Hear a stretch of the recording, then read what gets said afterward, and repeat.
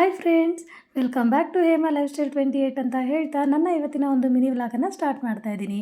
ಎಲ್ಲರೂ ಹೇಗಿದ್ದೀರಾ? I hope ಎಲ್ಲರೂ ಚೆನ್ನಾಗಿದ್ದೀರಾ ಅಂತ ಅಂದ್ಕೊಂಡಿದ್ದೀನಿ. ಸೊ ನಿನ್ನೆ ಸಂಕ್ರಾಂತಿ ಹಬ್ಬ ಇದ್ದರಿಂದ ನಾನು ಅಯ್ಯಪ್ಪ ಸ್ವಾಮಿ ಟೆಂಪಲನ್ನು ವಿಸಿಟ್ ಮಾಡಿದ್ದೆ. ನಾನು ಕೂಡ ಪ್ರತಿ ವರ್ಷ ಅಯ್ಯಪ್ಪ ಸ್ವಾಮಿ ಟೆಂಪಲ್ಗೆ ಹೋಗ್ತೀನಿ. ಸಂಕ್ರಾಂತಿ ಹಬ್ಬದ ದಿನ ಯಾವತ್ತೂ ಕೂಡ ನಾನು ಮಿಸ್ ಮಾಡಿಲ್ಲ.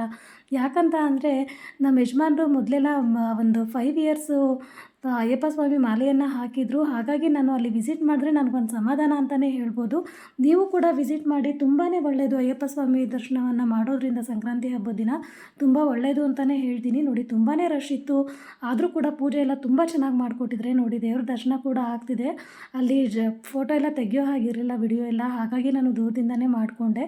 ತುಂಬಾ ರಶ್ ಇತ್ತು, ಆದರೂ ಕೂಡ ಹೋಗಿ ನಮಸ್ಕಾರವನ್ನು ಹಾಕ್ಕೊಂಡು ಪ್ರದಕ್ಷಿಣೆ ಎಲ್ಲ ಮುಗಿಸ್ಕೊಂಡು ಬಂದ್ವಿ. ಹಾಗೆ ಅಲ್ಲಿ ಪ್ರಸಾದ ಎಲ್ಲ ಕೊಡ್ತಾಯಿದ್ರು. ಸೊ ಹಾಗೆ ತುಂಬ ರಶ್ ಇದ್ದರೂ ಕೂಡ ಲೈನನ್ನು ನಿಂತ್ಕೊಂಡು ಪ್ರಸಾದವೆಲ್ಲ ಇಸ್ಕೊಂಡ್ವಿ.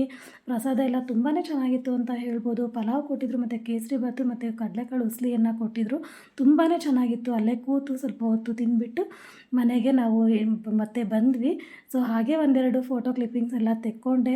ತುಂಬ ಚೆನ್ನಾಗಿತ್ತು ಸಂಕ್ರಾಂತಿ ಹಬ್ಬ. ನೀವು ಕೂಡ ಹೇಗೆಲ್ಲ ಸೆಲೆಬ್ರೇಷನ್ ಮಾಡಿದ್ರಿ ಅಂತ ಹೇಳಿ. ನೀವು ಕೂಡ ಟೈಮ್ ಇದೆ ವಿಸಿಟ್ ಮಾಡಿ. Thank you for watching. Thank you. Bye bye.